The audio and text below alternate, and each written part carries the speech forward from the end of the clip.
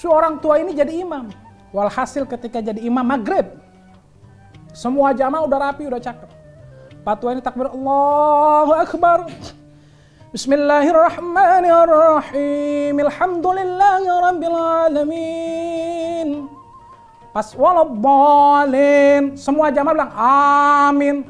Tapi tuh imam kagak ada patuanya. Jamaah yang namanya kita sholat di depan pasti ngelirik dikit. Ini imam mana? Kok kagak ada? Lagi Bismillahirrahmanirrahim. Itu patua ada lagi di imam. Allahu Akbar. Itu patuanya dilirik lagi, nggak ada lagi. Sami Allah liman hamidah, itu patua ada. Sampai Assalamualaikum warahmatullah, itu ada. Lagi yang ke kiri, Assalamualaikum warahmatullah, ada. Langsung ditangkap sama itu jamaah. Blek. Pak tua, kita mau tanya. Ketika Pak tua tadi salat, imam, waktu sujud itu Pak tua kemana? Kok nggak ada? Suaranya doang. Kata Pak tua ada, enggak, kita lihat semua. Walhasil ternyata Pak tua itu tangannya basah. Pak tua ini ternyata habis nolongin orang kelep di lautan. Walhasil, kalau karena kalian sudah tahu, itulah saya sebenarnya. Ternyata orang tua ini adalah wali Allah. Akhirnya orang tua ini pulang. Lalu berdoa, ya Allah, kewalian saya udah diketahuin sama jamaah. Saya minta mati aja ya Allah. Walhasil meninggallah nih orang tua. Dan tadi anak muda tadi mereka merasa bersalah. Mereka bertobat kepada Allah. Kenapa? Karena sudah memandang orang tua ini bukan seperti wali Allah. Karena karomahnya baru dilihatin ketika dalam keadaan sholat. Nah, dari situ kita mengambil pelajaran, jangan pernah menilai seseorang dari pakaiannya. Boleh jadi dia tidak memakai putih-putih atau gamis, tapi dia adalah kekasihnya Allah. Bisa jadi dia adalah wali Allah. Belum tentu yang kita rapi ini kita walinya Allah. Tapi insya Allah karena kita mengikuti tarekahnya para guru kita, insya Allah yang penting kita selamat dunia akhirat.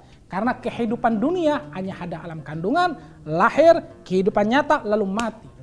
Tapi ketika kita sudah mati, itu masih panjang sampai jembatan Shiratal Mustaqim.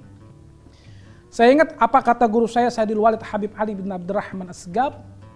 Sesungguhnya jembatan Shiratal Mustaqim itu bisa lebih besar daripada tol Jagorawi, bisa lebih kecil daripada rambut.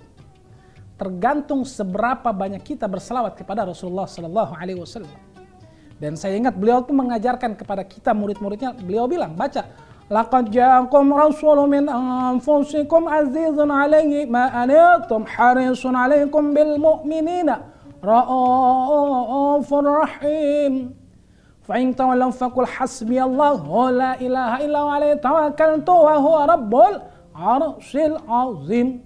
Kenapa saya tanya, kenapa lihat kita mesti baca ini? Beliau bilang, antum baca ini setelah sholat minimal 3. Cakepnya 7, subuh 7, maghrib 7. Fungsinya apa? Insya Allah itu bisa memperpanjang kita punya umur kalau kita baca subuh nembus sampai maghrib, dari maghrib nembus sampai subuh. Apalagi fadilahnya, yang namanya kita orang bodoh, pasti kita mengerjakan sesuatu itu minta fadilah, minta keutamaan, minta hadiah, minta cuan, pasti. Lalu beliau bilang, siapa yang baca itu surah At-Taubah terakhir, maka kamu akan dipeluk sama Rasulullah Sallallahu Alaihi Wasallam. Itu poin terpenting, kita dipeluk sama Rasulullah Sallallahu Alaihi Wasallam. Karena kalau kita udah dipeluk selamat, maka kita insya Allah akan bisa melewati jembatan Shiratal Mustaqim. Itu wali Allah yang ada di atas. Ada wali Allah yang di Jawi.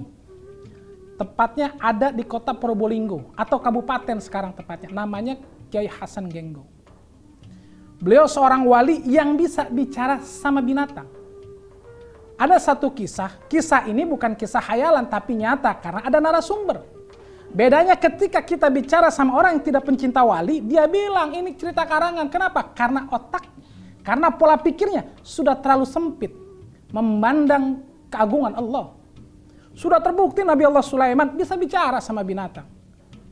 Hampir semua para nabi, apalagi Nabi Rasulullah SAW pasti bisa bicara sama binatang.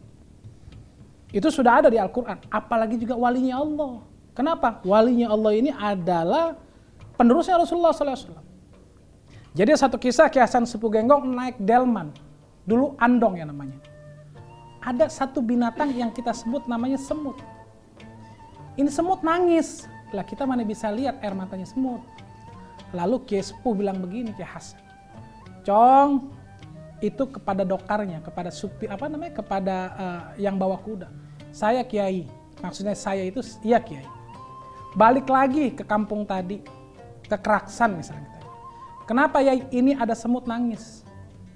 Kesian dia ketinggalan sama rombongannya.